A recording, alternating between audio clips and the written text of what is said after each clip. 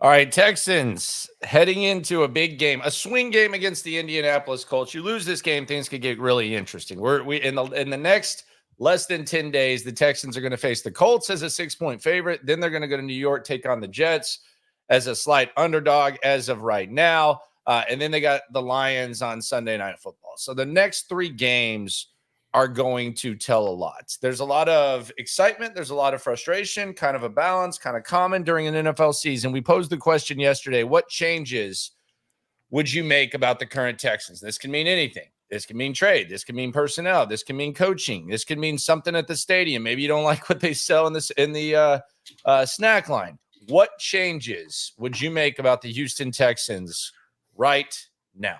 And you mentioned those three games. Between game 2 and game 3 of those three games is the trade deadline. So if you're thinking trade, then that's when it would need to get done, is that November 5th. Election day, trade deadline day. That's what I'm talking about, baby.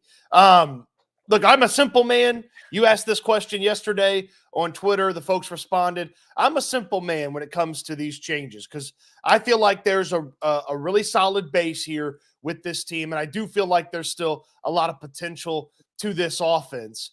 And that's primarily where my changes are coming. I want to see Kendrick Green at left guard. I want to bench Kenyon Green.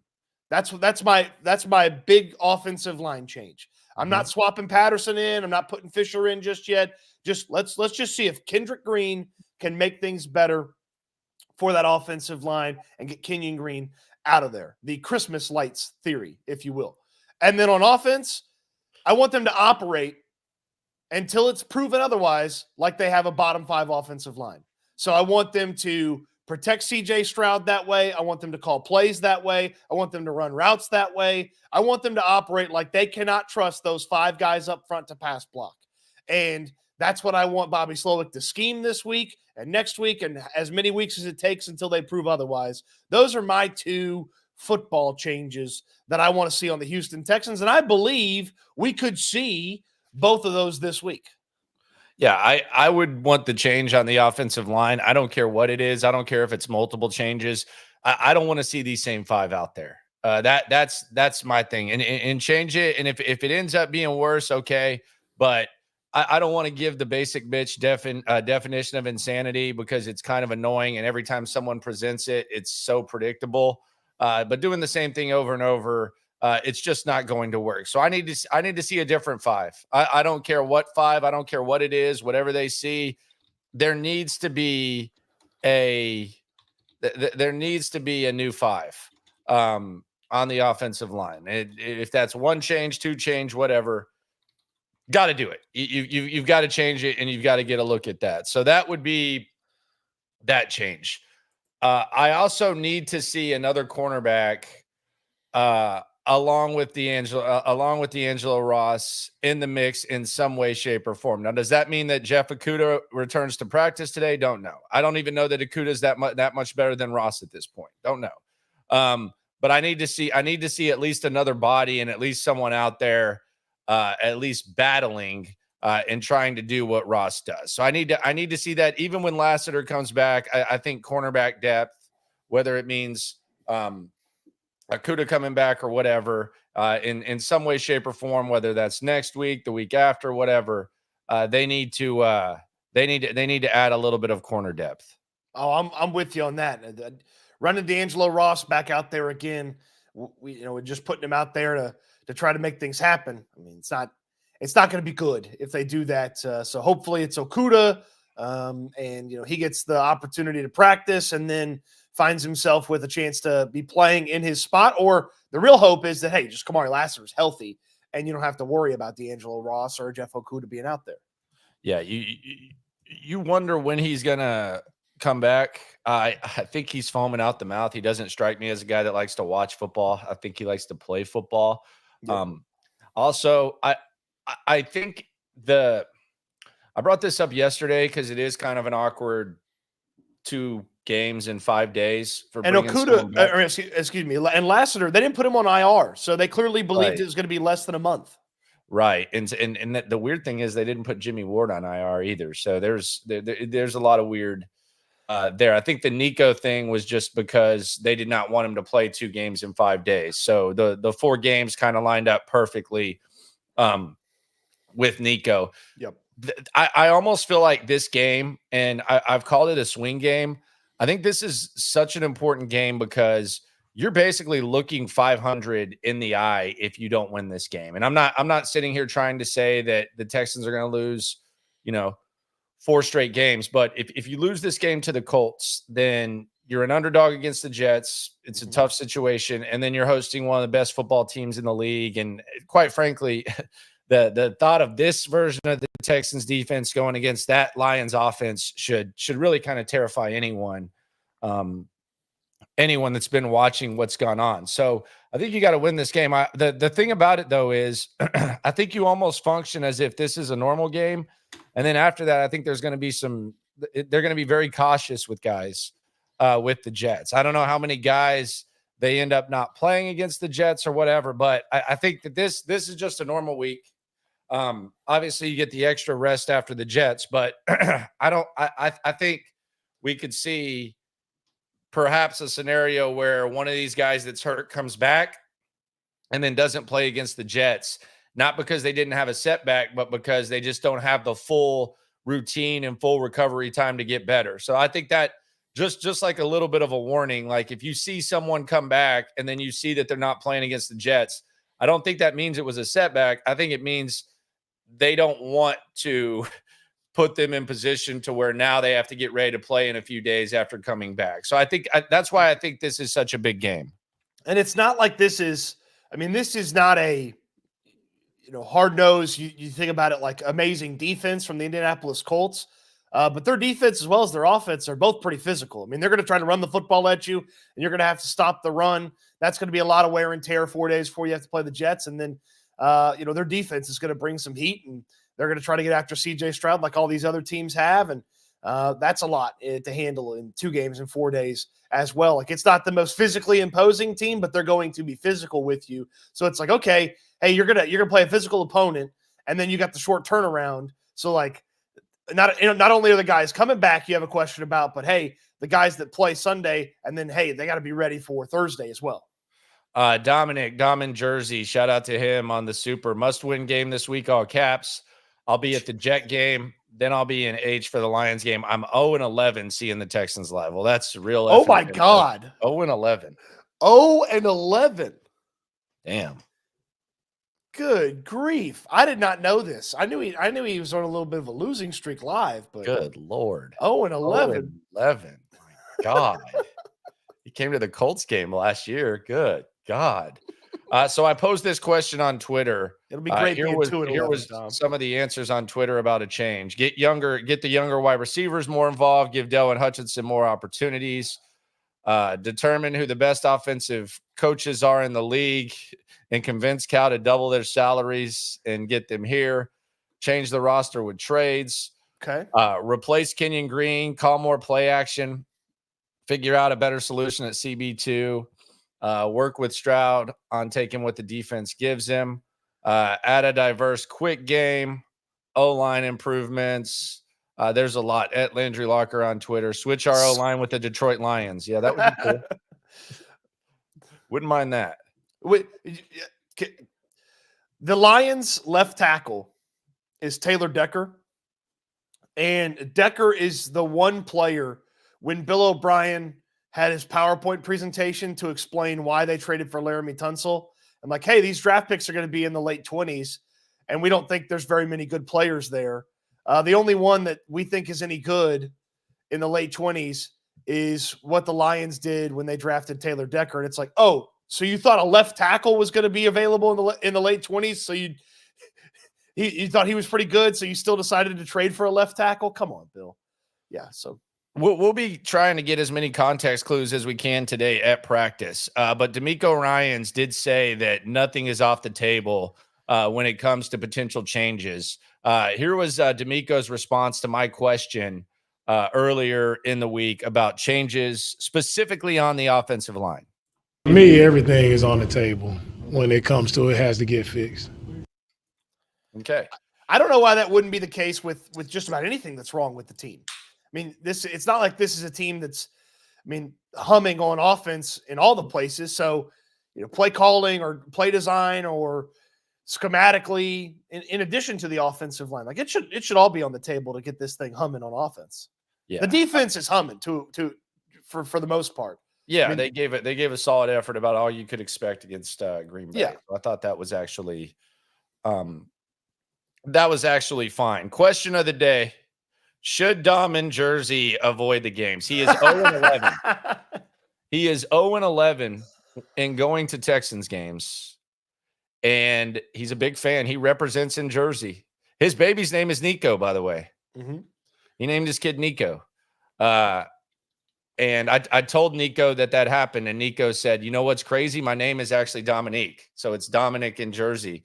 Nico's real government name is Dominique. Y'all might not have known that. But he's a diehard. But he's 0-11, and he's going to 2 of the next 3 games. He's going to the Jets game. He's going to the Lions game. When you're on a bad streak like that, all I can really say is, hey, you're due. You're due. And so, are you? You're due. Or are you cursed? No, you're due. You're due. Jets dub and then a Lions upset. I love that. We might try to do a little gathering before Detroit Yes. of some sort, probably Friday night or something like that. Maybe watch some college games on Saturday. So we'll figure that out for all the viewers and listeners. Maybe go watch some Thursday night football. Who knows? But we'll try to get a little gathering going. We're gonna be on the road a lot more probably next season. This year we're just in the mix. We're digging in and getting the podcast going. But we'll be on the road a lot, probably leading up to the draft too. If we're being honest, the draft is going to be fun this year as well. But right now you got a lot of games left. What do you expect from these 3 games? Like what do you expect from the Texans in the next 3 games? Like if I told you right now that the Texans are going to win 2 out of 3, you cash your ticket right now. You're good, right? If I told you they're going to win 2 of the next 3 games, you're cashing your ticket and you're good to go, right? Does one of them have to be the Colts though? That's the question. Does one of them have to be the Colts? Yes. Yes. If you like, there's. So you're saying this is a must winner then? I mean, look. I hate when people say, like, when someone says it's a must win and then it gets literal. Well, they don't actually have to win the game. Yeah, but to avoid the pillow fight in the AFC South, you got to win this game. You got to stand your ground a little bit. Well, as far as the importance of who the opponent is and how much it matters to the grand scheme of things, the Colts one matters the most. It's an AFC team in your division. And then the Jets matter from like a tie-breaking and all that kind of standpoint right after that because it's an AFC team. And then the Lions, sure, mutual opponent and stuff like that. But, the tie-breaking process, that's what I'm really thinking about. Like if you don't have a head-to-head victory over one of these teams or it doesn't apply, you need tiebreaker winners, and division records and AFC records matter. And so the Colts one of these next 3, I'm putting it at the top. Here would be my thing. Like if we're looking ahead to it, and this is like hypothetically speaking. First of all, you would be 2 games up on them if you win, so you kind of push them back halfway through the season, which I think is important because I think, let's be honest, like they want to win in the division, but the Texans really want to try to get to that tier. And we'll talk about the move that the team at the tippity top made with the familiar face in a sec here on S&L. Subscribe on all podcast platforms. But let's just look at it this way. If you beat the Colts, you're up 2 games on them. You've given yourself a little bit of cushion heading into the short week against the Jets. And then worst case scenario, you're 6-3 heading into a badass game, perhaps the marquee game of the season at NRG when it comes to the Detroit Lions on Sunday Night Football. And you're feeling pretty good about yourself. If you lose to the Colts, in the short term, it's obvious. You're tied with the Colts in the standings. You're an underdog going against the Jets. And you're probably going to be a little bit more shorthanded against the Jets and really kind of desperate to win a game on a playing surface that sucks in a situation that's not ideal. But here's the other thing about it. Like in the long-ish term outlook, if that happens, like let's say that happens, and let's say that Shane Steichen and the Colts beat the Texans. You're looking at a situation where last year you could have easily lost to Gardner Minshew had they not dropped a pass, and you could have easily lost that game. You ended up winning, but you would have a team with one of the most respected young rosters in the league, with one of the most respected young quarterbacks in the league, who has started all 4 games against the Colts, and you would be 2-2 against them on a team where they've started 3 different quarterbacks against you. Think about that. They would have started three different quarterbacks against you. Are two, a couple different quarterbacks against you. 2 different quarterbacks against you. Yeah. With Minshew and then Richardson, and not start, but Minshew basically won the first game. Correct. So they basically won with 3 different or won with 2 games with 3 different quarterbacks playing significant time. That's not the best look for DeMeco Ryans, especially when you factor in that these guys are going to be going toe to toe for a long time. You can't lose that game with the situation, with the card that the Colts have been dealt versus where the card the Texans have been dealt.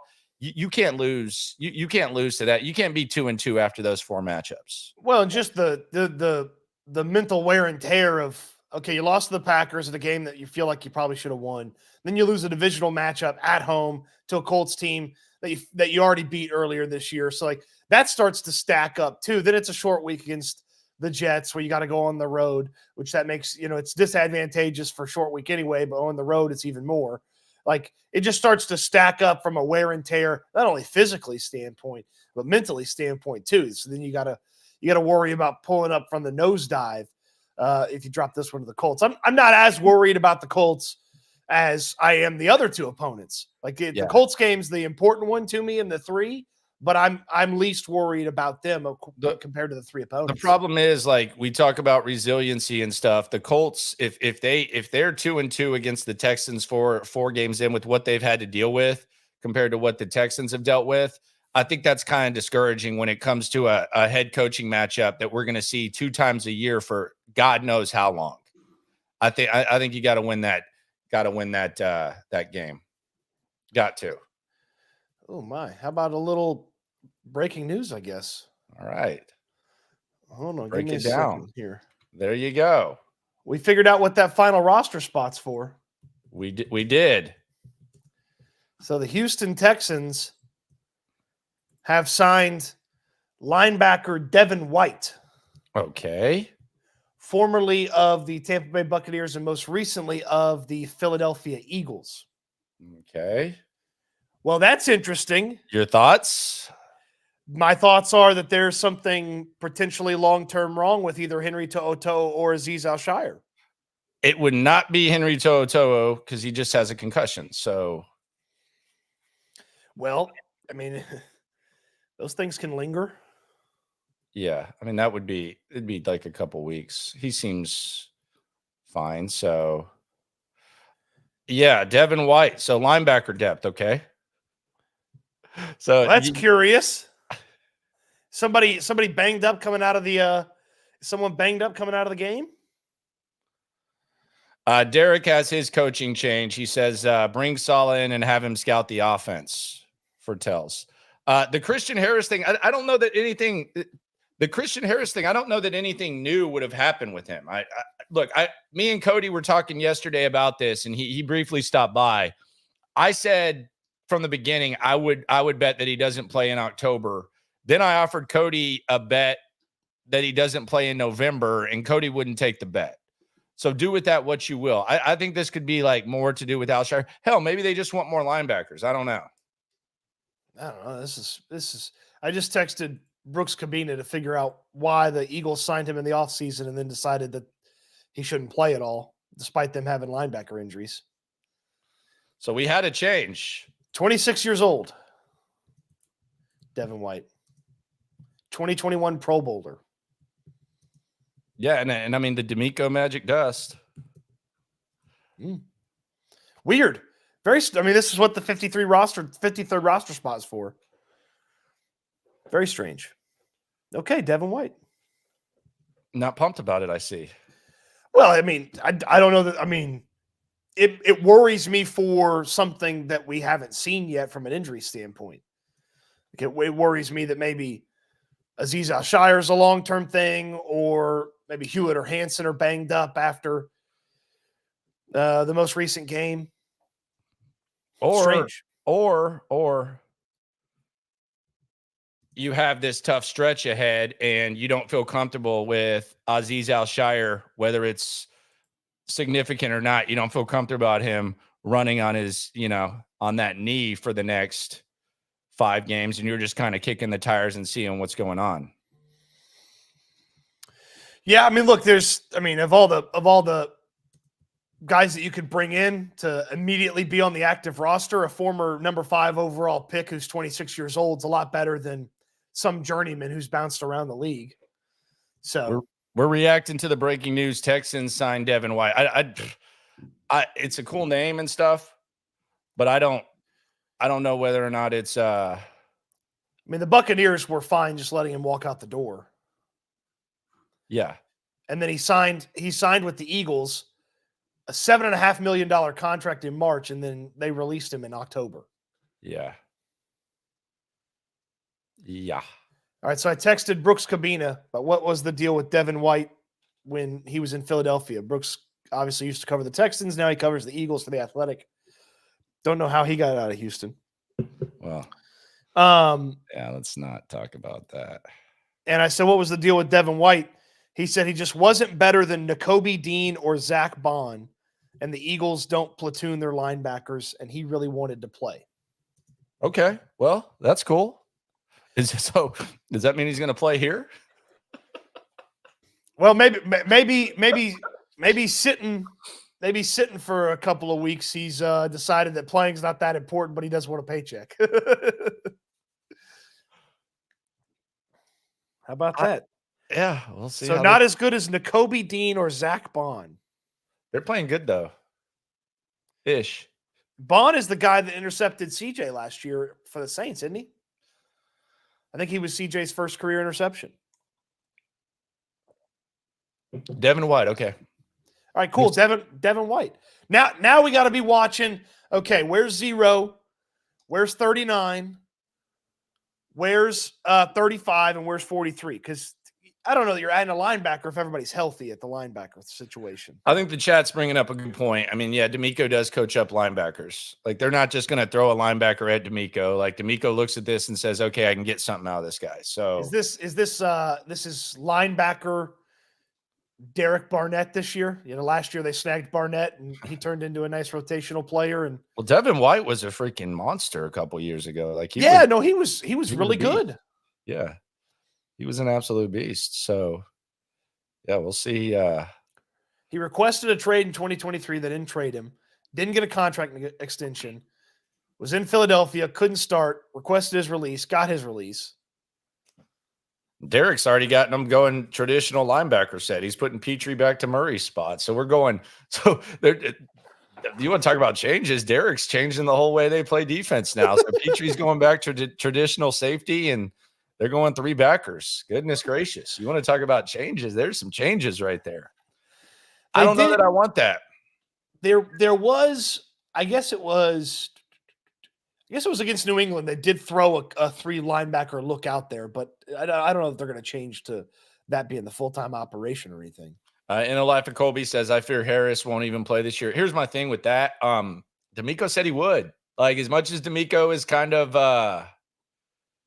and they clearly expected him to. We look forward to having him back, and he's going to be the same guy. Well, could it be in December? Could it be in January? Maybe, but yeah, the 4 weeks was not going to happen, and that's the keeping it real goes wrong factor that they juggle with. They're very Astro-like with not saying injuries, and you can say that it's protect the player, but immediately people say, well, what's wrong with him? Some people thought that he had a strained calf yesterday in the chat. I mean, you got people digging up like depth charts. I don't look at the depth chart. You actually helped on that. I don't think Harris is coming back anytime soon. I think he's come decently far lately, but I don't. That's kind of the consequences that the speculation kind of happens. Well, and they clearly believed he was going to return at some point because they designated him for return at the end of training camp onto the active roster, onto the roster. Like, he's on IR designated to return. Stephen Harris says Eric Murray needs to be cut. Okay. Whoa. Hold on, Stephen. What are we doing here? Eric says Eric Murray has been targeted and misses tackles. Look, here's the thing with Eric Murray. Eric Murray should be a reserve safety. Yeah. Period. Like that's what he should be. He's also a little bit more polarizing here because we all remember the ass offseason of 2020, which DeAndre Hopkins got traded, and then they paid Eric Murray like he was a good starting safety. And he's kind of hung around. And that drive against Green Bay was bad. That missed tackle and then the pass interference was bad. But yeah, we'll see. We'll see how it goes. Maybe they just want some more linebacker depth. Every time Eric Murray makes a mistake, DeMeco Ryans should just glare over at Jimmy Ward. Be like, this is your fault. This is why he's on the field. I'm us Pandaline. Shout out to I'm us Pandaline. She says, what do y'all expect from Murray? He makes good plays. That's what I'm saying. Like, I don't know what to expect. Like, I think he's a good depth guy. And that's really it. It's kind of the same with D'Angelo Ross. Like, it's D'Angelo Ross is your fourth corner. The next time, no. I'm saying based on expectations. I'm saying like Murray's a better player than Ross, but he's your fourth corner. Like the next time D'Angelo Ross makes a play will be the first time. He was a good special teamer, my friend. The next time D'Angelo Ross makes a defensive play will be the first time. Yeah, you better change that, my friend. You better change that. 100%. Why did the Eagles not want White? People just tuning in, people just arriving with the breaking news. Lay that out for him, Stoots. Let them know why the Eagles did not want Devin White. Nakobe Dean and Zach Bond, who were their linebackers, were better than he was, and the Eagles don't rotate or platoon their linebackers, and White really wanted to play. So lay out the crystal ball, and you tell me what this role looks like for Devin White in the short term and the long term. What is Devin White? Well, they got me. I'm worried about injuries now, so he may be a guy that's called to action pretty soon. Like Sunday. I mean, why we just watched two linebackers who were the backups play really well in a tough situation, and unless there's some sort of long-term injury that's about to pop up with one of the linebackers, or an injury that's going to keep one of the linebackers from playing this week, then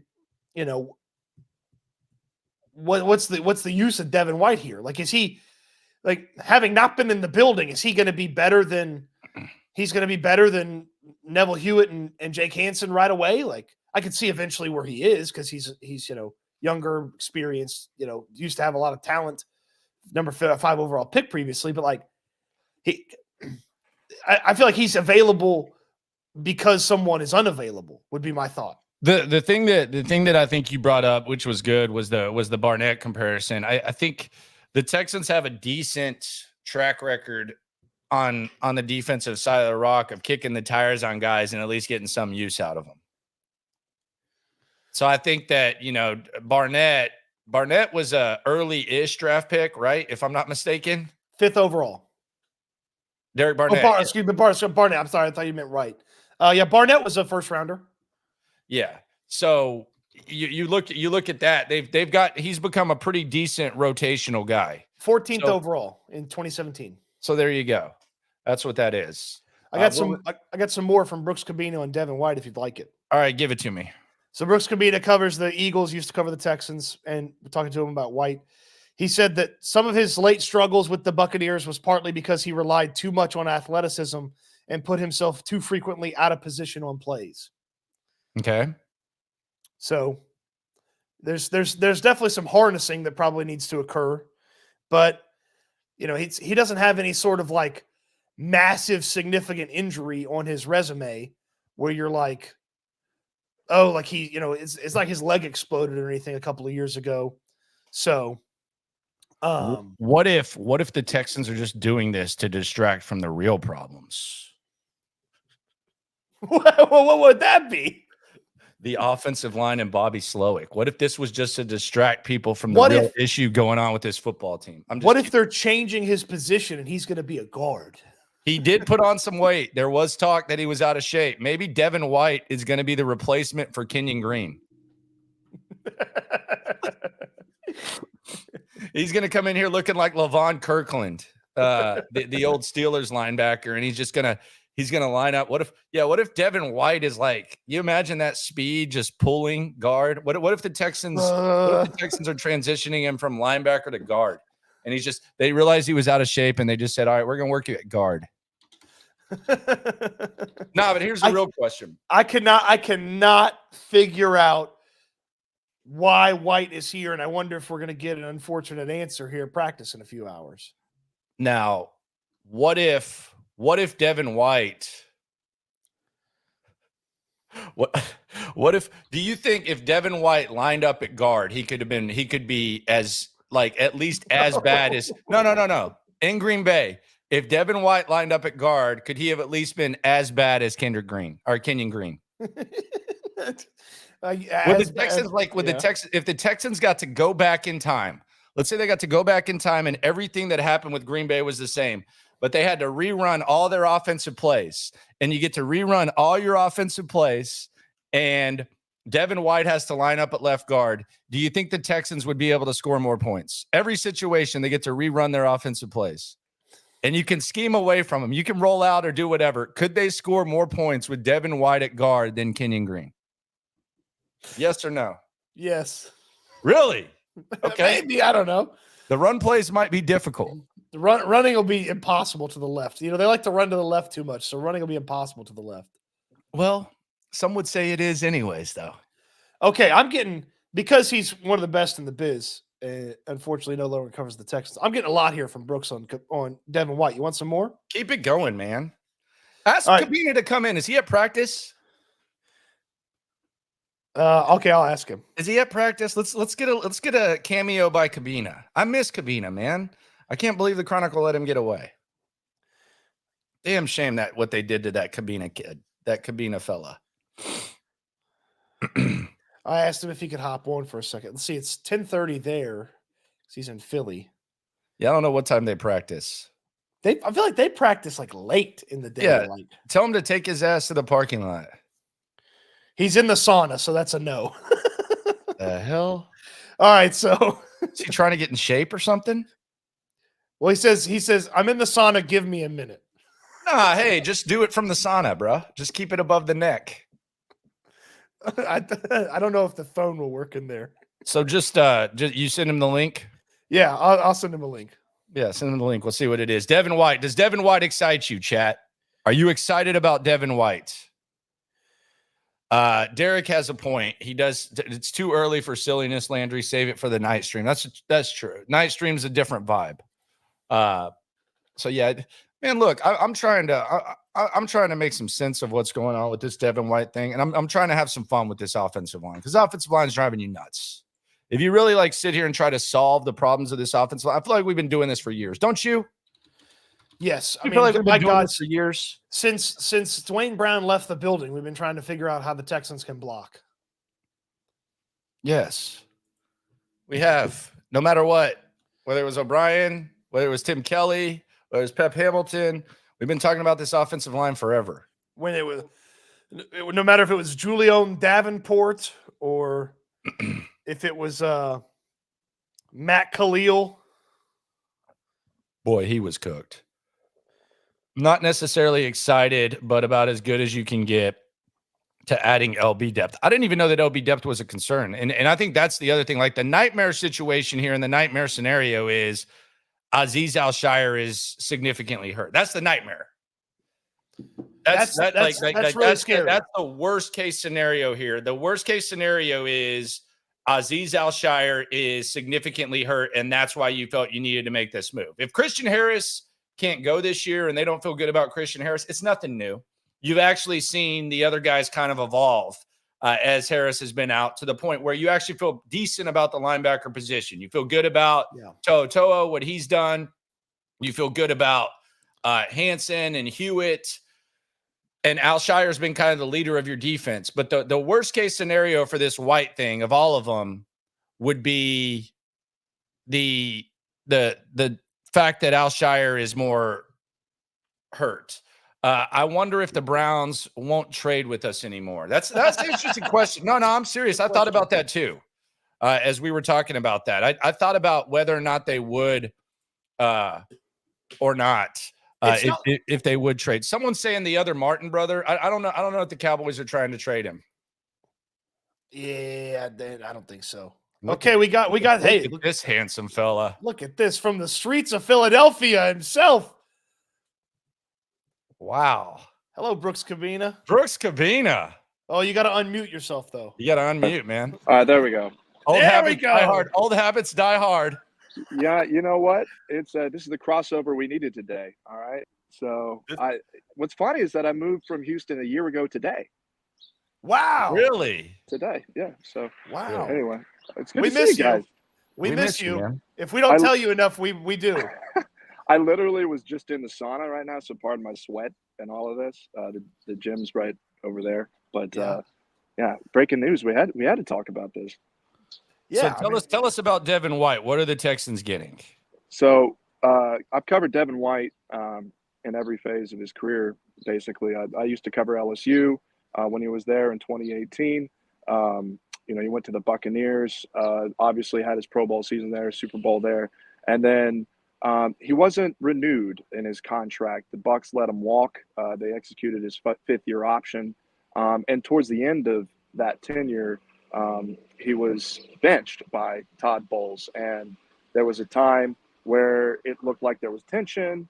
They go into the playoffs. He starts playing in a backup role, and then he enters free agency and was seeking for an opportunity to show that he was a better linebacker, a situation that he could thrive. And the Eagles are a team that has a history of some would say lowballing the linebacker position in terms of that. General Manager Howie Roseman would bucket that notion, but the last 5 years they haven't spent very high, not actually ranking in the bottom 2 in that category for a large part of that. But Devin White was a perfect scenario for them because he was a guy that needed something to prove, and they could pay him a 1-year deal with a reasonable price to get him in the building.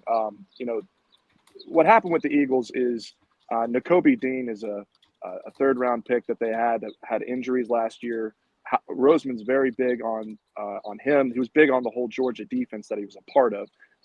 Jalen Carter, Jordan Davis, Nolan Smith, others are on this defense, a part of that notion. So Nakobe Dean was coming into this offseason and was wondering whether he would recover from his foot injury, Liz Frank surgery that ended his year.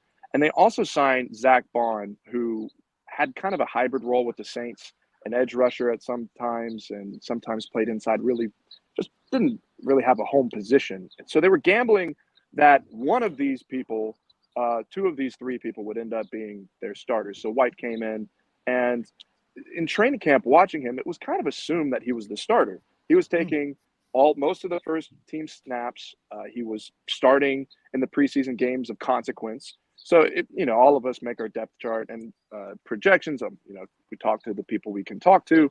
And the understanding seemed to be that White was going to be the starter in 2024 for the Eagles. But he didn't travel with the Eagles to the week 1 game in Sao Paulo against the Packers. He had an ankle tweak going into that game. And Nakobe Dean started. And then going into the next week, Vic Fangio in a press conference, we asked him about whether White was going to start, whether Nakobe Dean was going to start. And he said very plainly, no, Nakobe Dean is the starter. Oh, damn.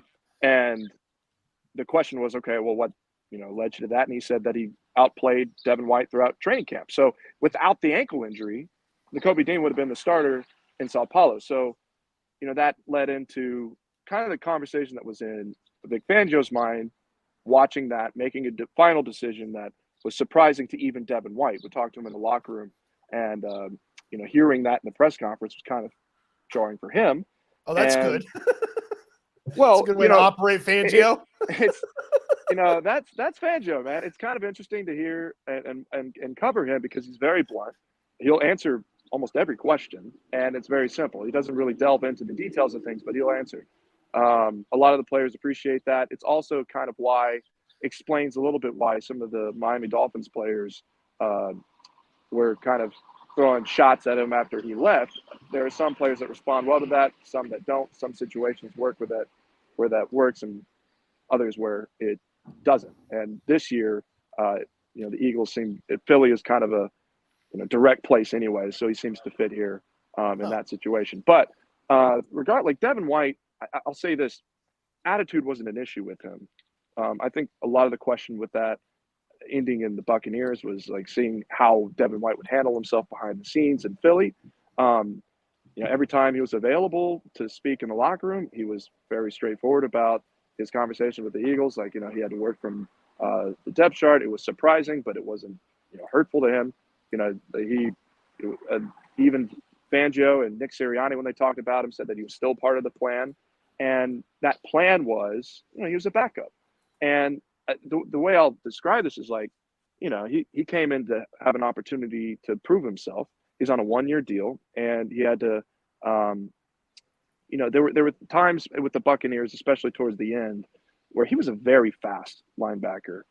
His size, 240 pounds, matched with that, sub 4.4 speed was, or I think it was just around 4.4 in the 40, was what made him terrific at LSU and at times with the Buccaneers. Sorry, I don't know where my camera is. No, That you're way. good. There. You're good. I need someone to come and hold this for me. So to apply himself with the Buccaneers in that, sometimes players with extreme athleticism sometimes rely on that too much, and he was running himself out of place, finding himself in positions where he was pursuing, especially in the pass game, sometimes in the run, overextending himself. There were times where explosive plays come from that, and to instead apply himself within a system was something that he needed to showcase. And the Eagles, that was a scenario where he might have been able to learn that here, but at the same time, it's a 1-year deal. So whatever he learned behind the scenes, if he was only an insurance agent for, Nakobe Dean, that was never going to play out on the field. And unless he was going to re-sign with the Eagles, once he entered free agency, there wasn't going to be much evidence to other teams that, some of the things that they would rely on conversations they'd have with the staff of the Eagles before they make any signings. So, he's not a bum, is what you're saying.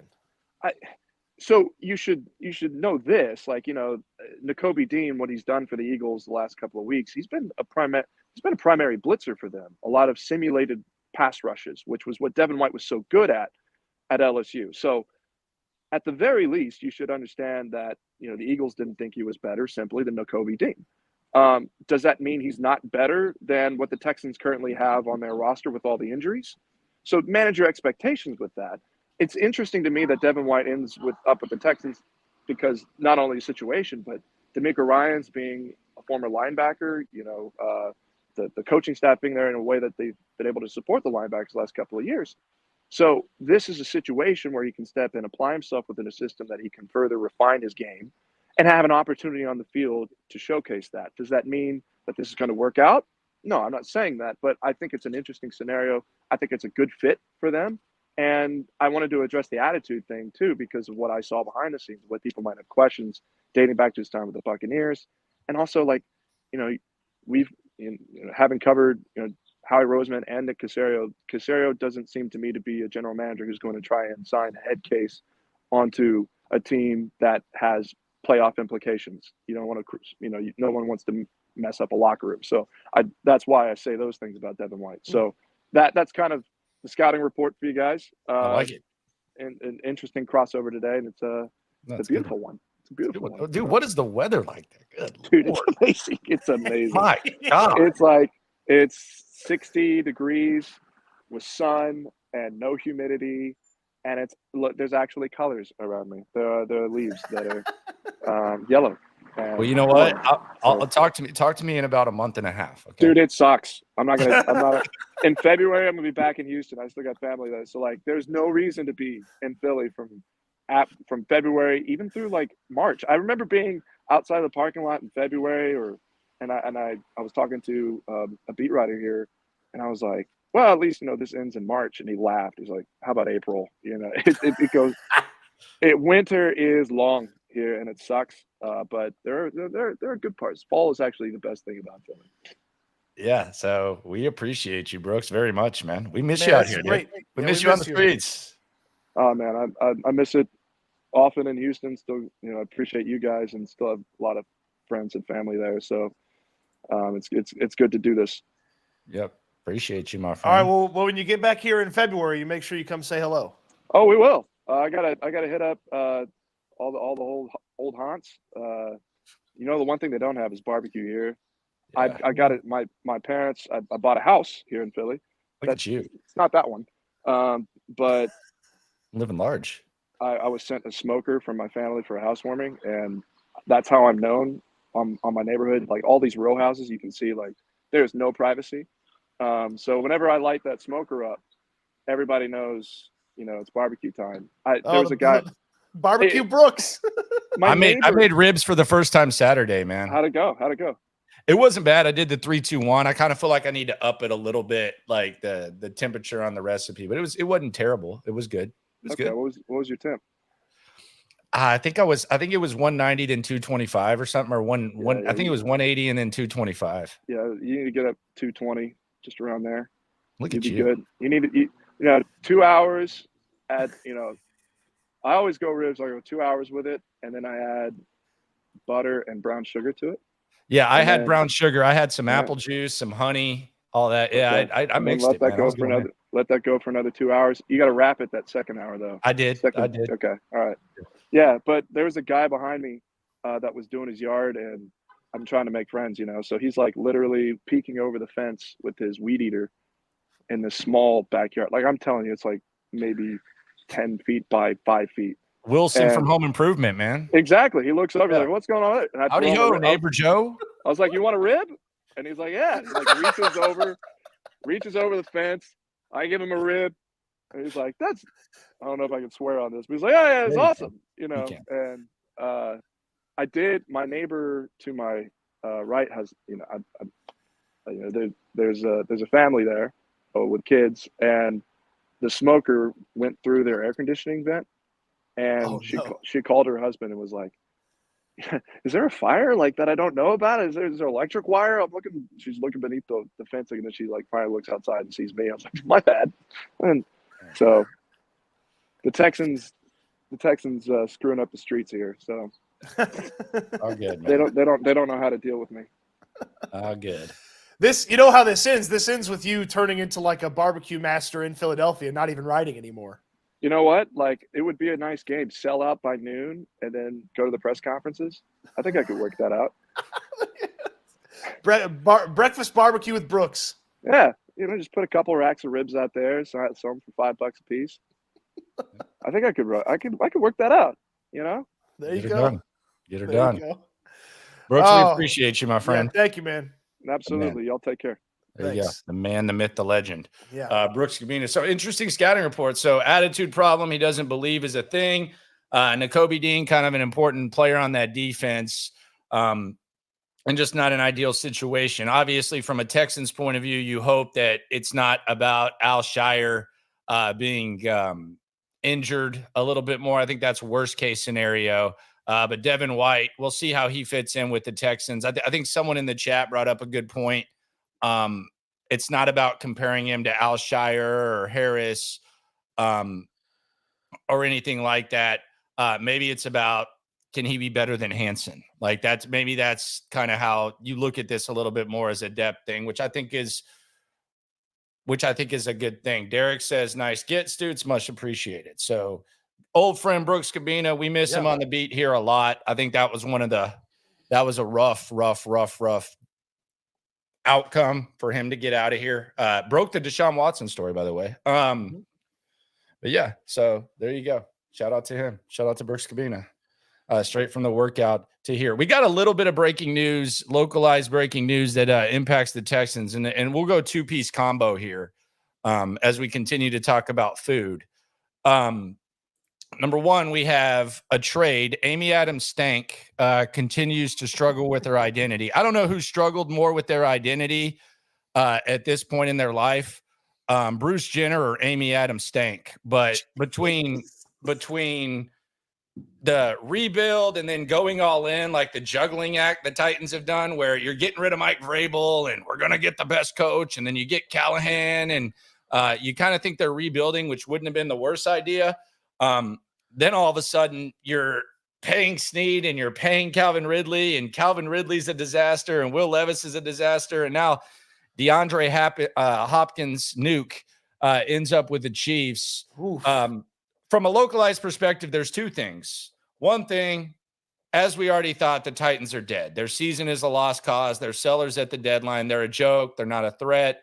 It's going to be two grudge matches where it's basically if they beat the hated Houston Texans, then it kind of gives them some sort of highlight in the season. They're a joke. Yeah, they've turned into a college team where 2 games become their season. But Kansas City, I think this is interesting because the Chiefs are interesting because I don't think, like, if you told me DeAndre Hopkins had to go somewhere and he had to be the man or whatever, I would kind of yawn. Like if DeAndre Hopkins went to the Ravens, I would be like, oh, okay, whatever. I don't know how much of an impact that makes. But on a team like Kansas City, where we've seen Juju Smith-Schuster have an incredible game and they just find ways to win, I actually think this is a perfect acquisition for the Kansas City Chiefs. So from that perspective, I think it's a little bit scary if you're looking at pushing the kids to the kids table in the AFC South and then looking up at the teams that you're trying to hopefully compete with at the end of the season, and they're going to be on your December schedule. I mean, look, if you can scrounge together, 1,000 yards and 7 touchdowns on that Titans team last year, you're going to be more than useful for the Kansas City Chiefs this year. Like your point about him not having to be the dude, number one, 160 targets guy, that's a good one because he's not that guy. He can't do that anymore, but just fit into the system, fit into the whole scheme of what they got there in Kansas City.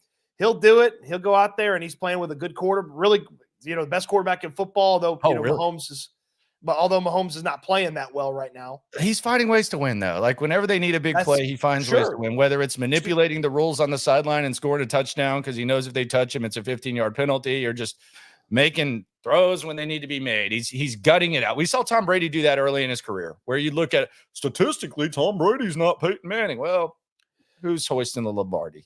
They've built a complete squad. I think Nuke is a perfect fit there. Yes, I mean it's an incredible move. This is a Chiefs team that should have been in on the other 2 wide receivers that got moved in Amari Cooper and Devontae Adams. I obviously understand why they didn't get Adams because he preferred to play with his buddy Aaron Rodgers, and we'll get to him in a sec. The Raiders probably didn't want to trade with the Kansas City Chiefs, but for them to go get a receiver who's better than the guys that they have right now, it's a really good job by Kansas City. So now you've seen Kansas City, who's near the top or is at the top of the AFC. They've made a trade. You've seen Buffalo, who's near the top. They've made a trade. I would tell you that if Baltimore feels like they need something, they may make a deal. Oh God, what do they need? I don't know. Just add another knife to the bowling ball full of knives. Oh my God. Dave 679 says D-Hop is too slow. He'll just get contested catches and schemed open plays by Andy Reid. Well, that seems like a good scenario for them. It kind of sounds like he went to the right place then. I wonder if Dave was trying to be facetious. Why are these teams helping the Chiefs? Damn it. I think they're helping their players as much as anything. I think it's as much as, look, the stanky one probably realizes DeAndre gave us everything he could, and let's just give him a chance to go battle on a contender. It's not like it impacts the Titans. They don't care. Fifth that can become a fourth is a pretty – that was a pretty good get back by the Titans too, by the way. That's a pretty low cost for a team like Kansas City to pay. But I think it's a good return. No, it's a very good right now. It's a very good return. It's very good. I mean, I think it's a win-win for both sides. Meanwhile, in New York, this just dropped, and every time Aaron Rodgers news drops, it's kind of like, okay, is there more to this? Like, what's going on? But Aaron Rodgers is apparently dealing with a hamstring, which is, hey, I don't even know if he's better than Tyrod Taylor at this point. I'm just kidding. But they got a game Sunday, and then they're going to have to play the short game against the Texans as well on that surface. So that's something to keep an eye on for the Texans. Obviously, we agree that the Colts game is the must win, but Aaron Rodgers, he's dealing with a hammy. So he's got an ankle, a knee, and a hamstring injury. And he's got to play 2 games in 4 days. Correct. And one of them's in New England, and one of them's at his crappy turf. Correct. Someone says, should I watch Devin White highlights? Yeah, but you'll be a little bit disappointed. I mean, it's not if you're getting that, you know what? No, that's a don't. game changer. Yeah, if you're getting that, then that's a game changer. Don't. But yeah, if you want to go watch some highlights, there's 2 highlight videos. Landry and I talked about this with each other and last week. Go turn on Sam McGuffey's highlights and go turn on Noel Devine's highlights. Oh, we're going old school. And just watch those highlight videos, and you'll be like, whoa. And don't watch Devin White. Don't watch Devin White highlights. That he ain't that guy. Like if you like going on Bumble and getting catfished, and you swipe right, and you think you're going on a date with like Sofia Vergara, and then you end up going on a date with, I don't want to call him Roseanne, Gabriel Iglesias. I don't know, like Melissa McCarthy or something. I don't know what he is right now. Who knows? But yeah, I wouldn't do that. So we have an example before we get out of here, and we went longer today because of the breaking news. If you're just tuning in, Devin White is a Texan. If you want the full breakdown, Brooks Cabina gave us that earlier on the go. Used to cover the Texans, now covers the Eagles. Another interesting element, actually covered Devin White at LSU when he was the beat writer there. So he has a nice history, nice knowledge of what Devin White is. But Cody Stoots has an example of when keeping it real goes wrong, courtesy of one of your Houston Texans players. So shout out to I Must Pandaling, because she sent me this because I didn't see it. But after I saw it, I just kind of shook my head. So Jordan Love in this most recent game, the pass that he zipped over the middle to the tight end, Tucker Kraft, is probably one of the best throws of the weekend around the NFL. And a lot of people have explained that's a perfect throw. And you know how CJ's commentary about perfect throws are. Stroud always says there's no defense for a perfect throw. Well, Kalen Bullock was right there. Kalen Bullock did not make the play. Yeah, he was close. Well, Kalen Bullock took to social media to talk about now this is a video of the play. I don't follow that person, or they've got me blocked or whatever. Wow. That's a bad account. Don't follow that account. But it's a video of the play. And Bullock says, perfect. The ball went through my hands. And then he put the laughing emojis. I don't know if that's keeping it real goes wrong. I feel like that's confidence. I feel like that's confidence, and that's accountability. Well, that would literally be the perfect throw, that if it went through your hands. No. That would mean that you're saying I should have made the play. I think Kalen Bullock's basically saying that wasn't perfect. I should have had that. And he's basically saying I made the mistake. So he's saying it wasn't nothing. He's saying it wasn't a perfect throw. It was a Kalen Bullock mistake, and that's why it worked. He's basically saying that was barbecue chicken and I dropped it. He's basically saying I was barbecue chicken. Yeah. It's a double-edged type of thing. It's self-cookery. Yeah. Hey. You either cook yourself, I wasn't good enough to make the play, or that wasn't a perfect throw when it was a perfect throw. Yeah, I mean, he's kind of telling on himself. You are the keeping it real goes wrong arbiter, so you have to tell me if it is or isn't. I don't know. You say thumb sideways on this. Maybe not keeping it real goes wrong. Yeah, I don't know. Okay, that's fair. That's fair. I say trying to keep it real, and he went wrong. CJ. So CJ seems to have respect for Devin White. I guess they're saying Houston Stressens put it up. It was him and Micah Parsons. So there you go. Devin White, another LSU Tiger. So I can argue that's this people quote tweeting the announcement of him getting signed. And someone's like, Scott says, yeah, why? Is he going to block? The people not happy with the O-line situation, so they can't be interested or excited about a linebacker spot. So we'll be at we'll be at practice today. Yep.